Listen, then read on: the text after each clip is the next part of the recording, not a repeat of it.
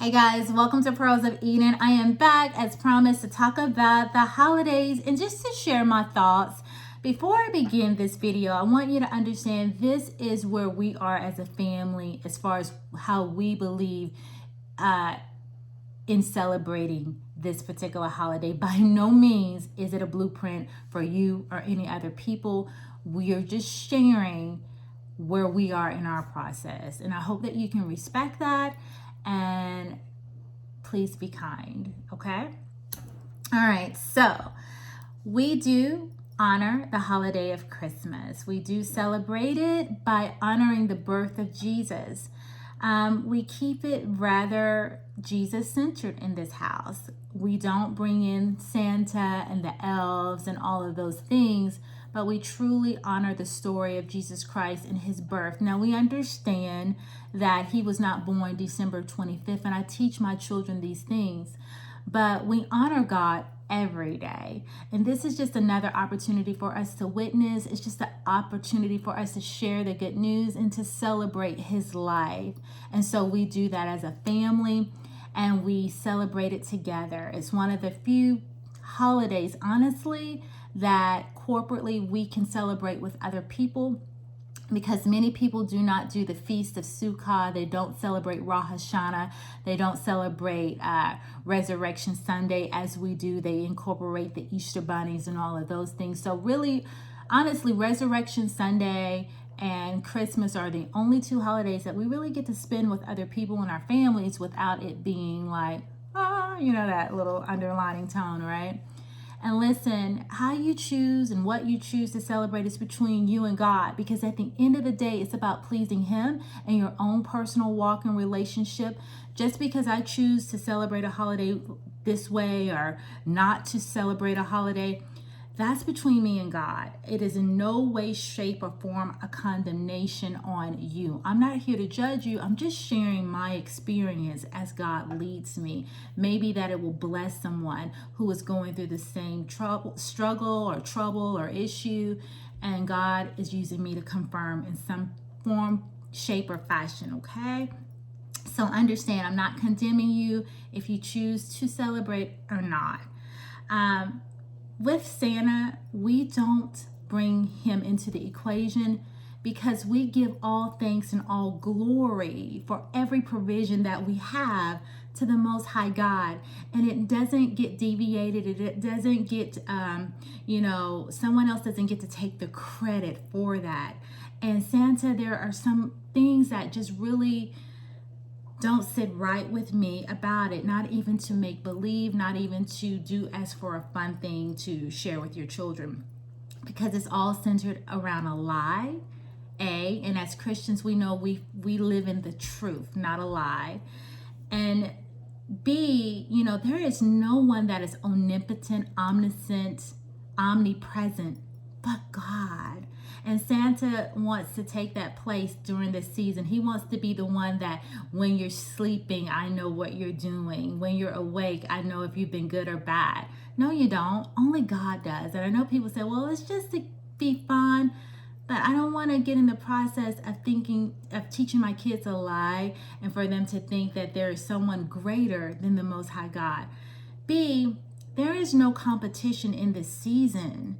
It is about Jesus' story for his glory, and no one gets to take his space. It's not about Santa's story. It's not about what some great man did, and so they put that on to Santa Claus. I know people say, Saint Nick, or he was a great person in Europe and he did all these saintly acts. But you know what? I bet you Saint Nick probably wouldn't want all of these attributes put on to Santa and the attention going to Santa and not Jesus. And I know some people will say, well, it's just for fun. We still worship Jesus. We still put the attention and the focus on Jesus. But I'm going to tell you all, I work with children. I see and hear, if you just listen to people, when they are celebrating this holiday, it's like they throw Jesus in the mix, but really they are so excited about reindeer and they talk about Santa all the time. And the night before we're supposed to be celebrating the so-called Jesus' birth. It's all about, is Santa coming? When is Santa coming? You got to get, go to bed because, in the midnight hour, he's going to arrive and you can't be caught up, right? Kind of reminds you of Jesus who arrives in the midnight hour. There are just some very things, if you compare how they, the attributes that they put for Santa and you compare it to Jesus, it's really startling, So again, we don't do Santa. We don't do Elf on the Shelf. There's one person on the shelf that sees everything, and that's the Most High God and his angels. You want to put an angel on the shelf? Do that, There are so many creative ways to tie in the supernatural. That is true. That's not fake. You can talk about the angels of the Lord and how they encamp all around us, and they do see all that we do, right? Jesus uses the angels to do missions and to go here and to send messages there, and sometimes we entertain angels and we don't even know it, but they're strangers, so we have to be really nice to everybody we meet in this season and every season, because you never know if it's an angel of the Lord. There's so many ways that we can make Christmas so, what would I call it? Not magical, but just so whimsical and mysterious, because God is mysterious, And there's so many ways we can make it fun. We don't have to lie to our children. But, the enemy is the father of lies. And I'm going to just tell you a personal story. When I found out that there was no Santa, I was really upset. I remember I was 6 years old and my parents would already go ahead and put the presents out. And so I had got to the point where I knew the wrapping paper, and I'm like, okay, I know this is mine, this is this, I had already made a note, right? Very observant. And so when I got up around 2, 3 in the morning and I saw that same gift wrapping paper, your girl was upset. I was like, there ain't no Santa. They lied. They just lied. These same old gifts sitting up here wrapped up in the same paper. Which, had they probably took the time to just wait, until I was asleep to bring the gifts in, maybe that would have solved that problem. But I would have found out anyway, But I just remember being so devastated that there really wasn't a Santa, and I had been duped. I had been lied to. Now, did it cause any kind of trauma? I don't think so. No, I enjoyed it, but I do remember in that moment being broken and being so upset that I had been lied to. I wonder if you all have that same story about how did you feel when you found out that there was no Santa and that, it wasn't true at all? I wonder how many people have that story of feeling disappointed. But anyway, so, we don't teach our children about, Santa. We teach them right off the gate that, hey, God is our provider. God is the one we ought to be thankful for everything we have. So, yes, we do celebrate Christmas, but we celebrate it in our own way. A lot of times I wonder, if I didn't have children, would I celebrate it? And to be honest, I probably would not. Although I enjoy the lights, I enjoy the decorations.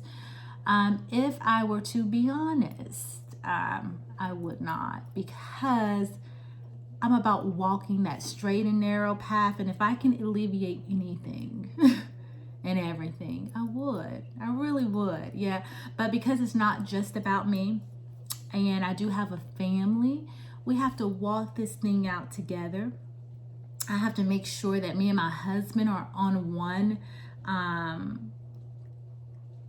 that we are in agreement, because he is the head of this household, so I have to respect him. And so we have to compromise when it comes to holidays, and we have to figure out what can work and how can we honor God without breaking any laws, right? Because the thing about it is, nobody's going to hell for celebrating these holidays. It's just that as you grow in Christ, you want to be most pleasing to him, and the blessing of walking in obedience, right? And the blessing of putting away everything that so easily besets you, that could even be a little bit, get you a little bit off the track, right? You don't want anything to do with it. But my family, we have grown so much in Christ. And my husband and my children, they have been so wonderful in the fact that as we grow in Christ, they know we can't do everything and we don't do everything. And they don't always like it, but they understand. And I think that's huge. Like, you know, they don't celebrate Halloween. Now, when my children get older and they have to make these choices themselves. And again, I don't believe this is a salvation issue. It's just what I've been convicted of. And if God convicts you of something, then you have to obey. As far as Christmas, it's like God has given me the permission, I would say, to not feel bad about celebrating it, not feel bad about putting a tree in my house, that it is not an accursed object, but that even in his sanctuary, Isaiah 60, he decorates the sanctuary with box trees and fir trees. And they're just little things. As you walk with Abba, he'll give you peace about things. And there's certain things he'll just say no to, like a good parent. He'll be like, no.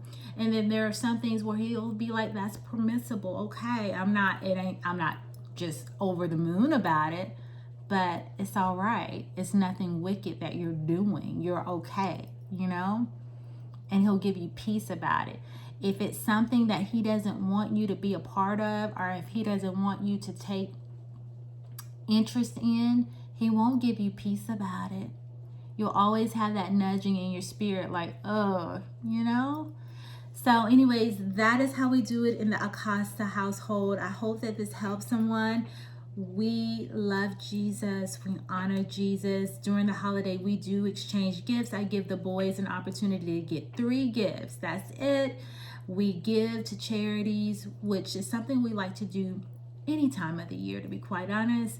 Find projects where we can serve and help others have a blessed holiday, because there's a lot of kids that they don't get anything and they, you know, desire this or that. And if we can bless them and God has given us the means to do so, then we're going to help who we can help, right? So that gives us great joy during this season.